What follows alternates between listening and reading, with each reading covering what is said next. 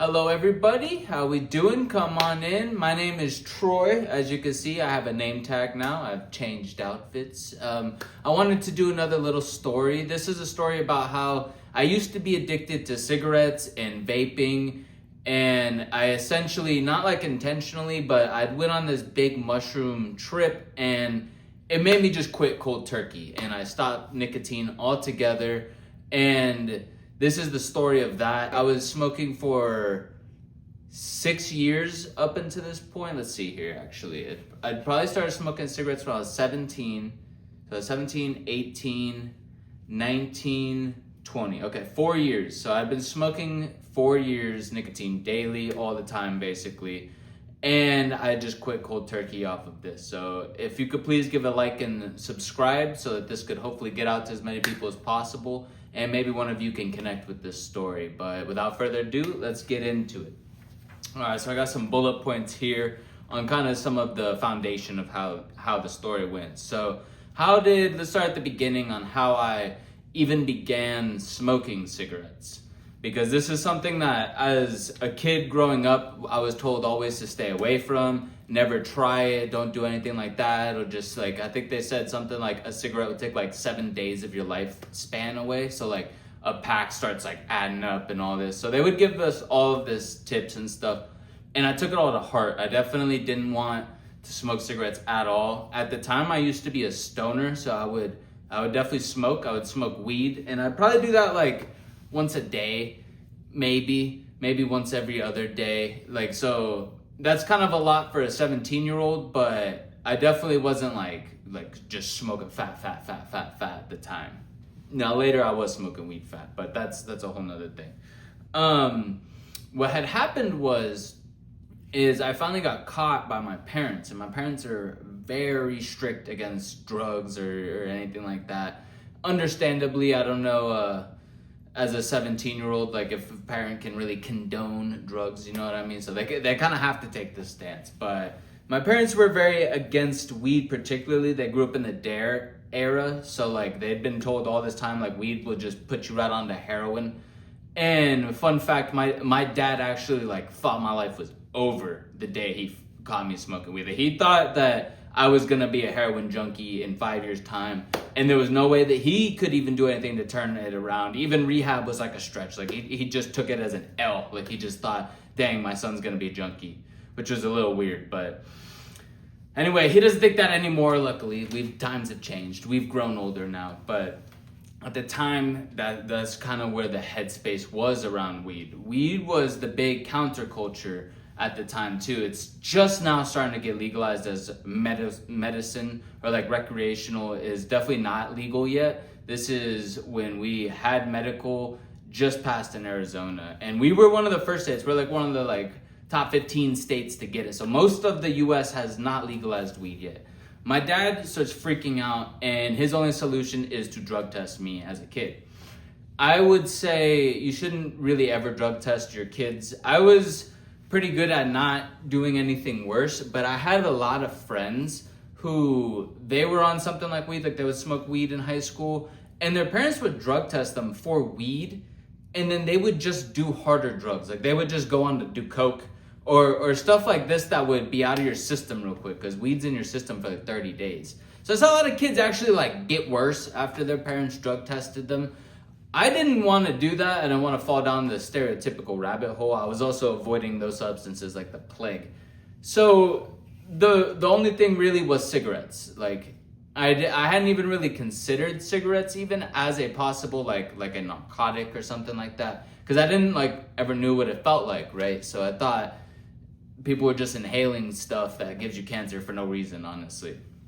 One day, I must have been like 3 to 4 months of not smoking any weed. My parents would drop me off at school really early, like way too early, and I'd basically just be sitting around for like an hour before school even started.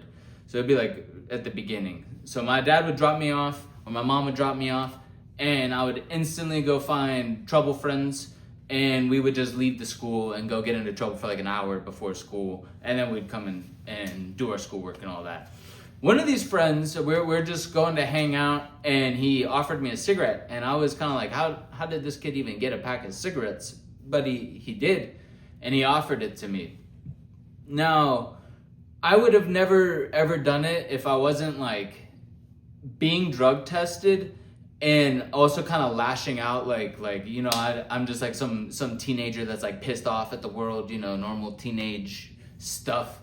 And I'm like, you know what? Fuck it. I don't care anymore. I don't give a flying. Let's do it. I'm just gonna smoke a cigarette. And I remember I smoked the first cigarette, and it was like this drunk feeling. Like I was like, oh my gosh, this actually intoxicates you. I didn't understand that this was like an intoxicant. It intoxicates you, and I'm immediately loving it. Like, whew, this feels great. Turn to my friend, I'm like, hey, how long is this gonna last, man? Because I'm used to weed lasting like 5 hours, right? And he turns to me, oh, this is way quicker than that. This is way quicker. I'm like, all right, well, how long do I got? And he's like, you got like 30 minutes. You'll feel it for like 30 minutes. I'm like, whew, that's still worth it. All right, let's go. We got 30 minutes. Shit you not, we didn't even get to the end of the street before I'm coming down. And I'm just like, what happened to 30 minutes? This has been like 5. So I'm starting to get a little irritated. Like, dude, I thought that this was gonna be good. He's like, no, dude, you're fine. Just smoke another one. So I smoke another one, and I get like halfway through it, and I start feeling that again. But I'm also feeling a little nauseous. So I give it back to him. I'm like, all right, I'm good. And that day like ends. I remember sitting at school that day going, cigarettes really weren't even that good. Like it was too short. I felt kind of nauseous at the end, and I don't really know what the big hubbub's about, right? It was about a week later that I was like, I think I could use a cigarette again. Like I don't know. It's just like a fun 5 minutes at least, and I've had days of boredom now without anything, so let's try a cigarette now. Do the cigarette, same thing, last 5 minutes, and then we're good. Now I'm kind of wanting one, like once a week-ish. I'm starting to be like, it's time for this Friday. It's cigarette day, you know what I mean? And then you don't really realize as a kid, like that's definitely the beginnings of addiction. That's already like you're getting too deep into it. You should pull back. But I'm just having a blast with it. Like, hey, it's Friday. Let's go do our thing. By this point, my homie gets the box mod, one of those big vapes that you like pour juice into the top of it, make sure the coils are all good, and then you rip it, and it's got like 60 watts just burning, and you blow out the fat clouds, right? He got one of those. He gave it to me, and I remember my first like 3 hits of a big vape, like big old choo-choo train cloud styles. I was hooked. I was instantly like, this is the way. This is awesome. This is amazing, right? So I get my own box mod eventually, and like 17 to 18, I'm doing it myself like every day constantly. So these are like the first 2 years. I'm still in denial. Like I'm not really addicted. I just like to do this, and I'll quit if I want to do it. Year 3 starts getting more into I should be opening my eyes when I'm not opening my eyes, right? So I go to college, and I'd saved up some money, not even close to as much money as you should have saved up for college. And I went to college and was just like, all right, I'll live off of, I had like the unlimited meal plan, which was terrible. I had unlimited meals, but it was cafeteria food always. And after eating cafeteria food only for like your whole months, it starts to suck really badly. But I'm not there yet. I'm loving life. I don't have to pay rent, and I don't have to pay for food. So why would I need that much money? So I saved up like $600, right? Things come up. I'm spending the money here and there. And then I start to get broke. Like probably have like $200 left. And I know I need to keep this $200 and get a job basically, because I can't just last years off of $200. So as I'm looking for a job, I'm broke and stuff, I start collecting coins, and I would go to the gas station, and it would be like $8 for a pack of cigarettes, and then they would have all the cigarettes that didn't sell at the beginning of the store, and it'd be like 2 packs for $5. And I would come in, and I still remember like the moment I started to realize I might have an addiction, I brought, it must have been 200 pennies and like $3 of nickels and dimes, not even quarters. I'd run out of quarters at this point. I'm just bringing big sacks of change in there and trying to get 2 packs of cigarettes for $5, make them last. The dude at the counter actually like looked at all my coins, and instead of counting my coins, just bought me the 2 packs of cigarettes for $5. And he said, I know you look like you could use it. Here, I'll help you out. He was right. I did need it. But I honestly started, like, that made me start to be like, should I just stop? You know, like, maybe I should just stop. But then I started, you know, just brushing it off. And with these 2 packs, I'm looking for, how can I make tobacco last long? My friend, my roommate from California, gives me life advice, and he says, hey bro, have you ever heard of this thing called chops? Well, chops, you just sprinkle a little bit of weed in the bowl, sprinkle a little bit of tobacco on top, and you hit the whole thing. You just smoke the whole bowl, one hit, and then you get this insane rush. And it only used a couple drags worth of cigarette, but you get like a full-blown nicotine high. So I was like, all right, that sounds pretty cool. Did that and was hooked on it. I was chopping almost like anytime I put weed in a bowl, I was putting tobacco on top of it, smoking them both together. I will say they do complement each other very well together, and that's kind of what starts aiding in this cycle of, I'm still doing nicotine constantly, but now I've figured out ways not to break the bank and to do nicotine constantly. And that's where I start getting into dangerous territories. I remember after I learned what chops were, I would go and be like hanging out with frat guys, you know, people partying all the time in college that were like 2 years older than me. And I'd be like, hey dude, I just found out what this is. You guys want a chop? I'll give you guys a chop. And they were all like, you know, I found out what chops were my freshman year of college.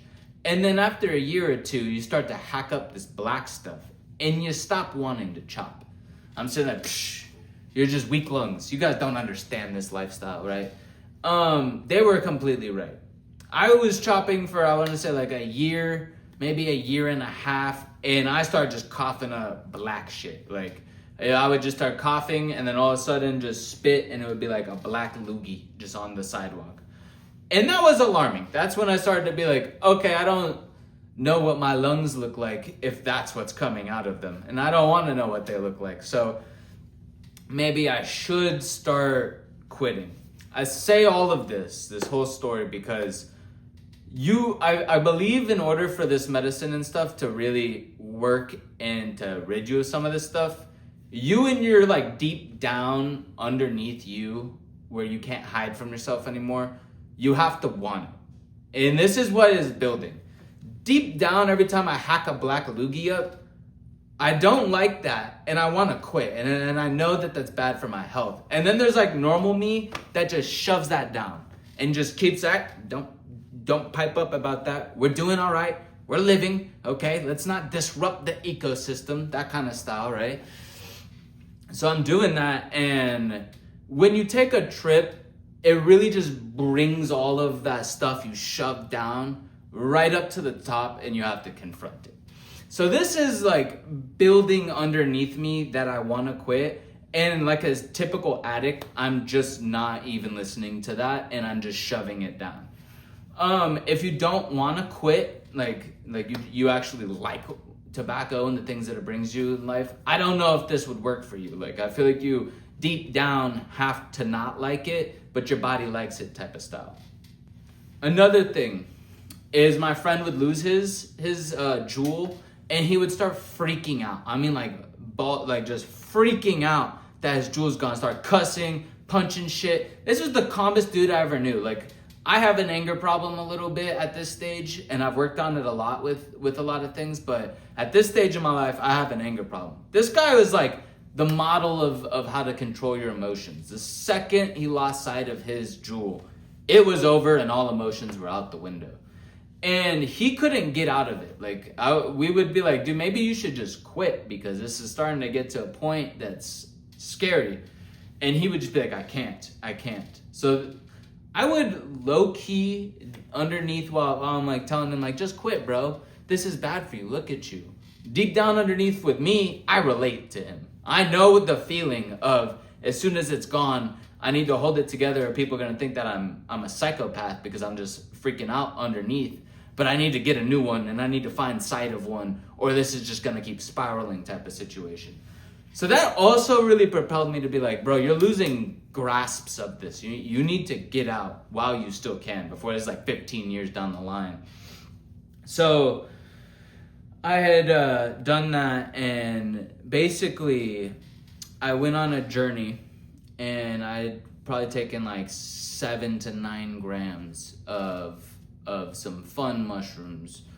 And on this journey, I always would start it with a cigarette, and cigarettes, like the Native Americans would smoke tobacco a lot with these plants and stuff. So they, like cigarettes and tobacco can aid side by side with it. But what happened is I took like 3 drags of this cigarette and it felt like cancer. It didn't even feel like anything good remotely. It felt like I just inhaled cancer in its fullest form. And my fiance said at first, she was the first one to smoke a cigarette. She was just like, this just feels like cancer, and put it out. And the second she said that, I took the next puff. It was like, I know exactly what she's saying. This doesn't feel right. This doesn't feel like how things were supposed to be. This feels like somebody took a baseline, like thing from nature, and has chemically modified it so far beyond gone that I was kind of almost placeboing myself into thinking that this was healthy. Like, this is just so gross. I didn't even finish the cigarette. I got like halfway done with it and put it out. And the rest of my trip, I sat there just thinking, what does this do for me? Like, I started like taking a step back and realizing, you get kind of lethargic, because I would just like smoke a cigarette and then be lethargic for like 15 minutes and then get up and start doing something for like 15 to 20 minutes, smoke another cigarette, be lethargic. So I'm losing like half of my day to being lethargic and just smoking cigarettes. Like, this isn't productivity. At the time, my life isn't going too well. I'm trying to like figure out what I want to do with my life and stuff like that. So I know one thing is for certain, that this is not what I want to do with my life at all.